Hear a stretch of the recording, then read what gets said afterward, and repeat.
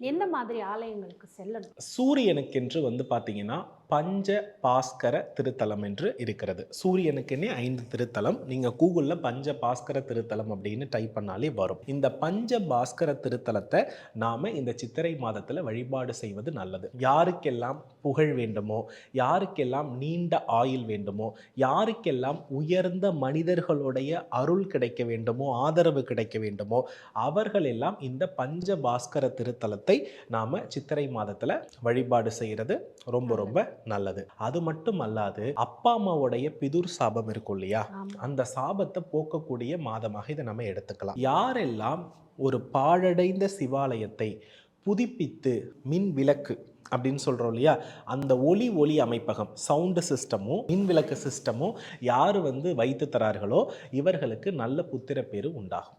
அதே மாதிரி பார்த்தீங்க அப்படின்னா திருவிடை மருதூர் அப்படின்னு ஒரு ஊர் இருக்கு.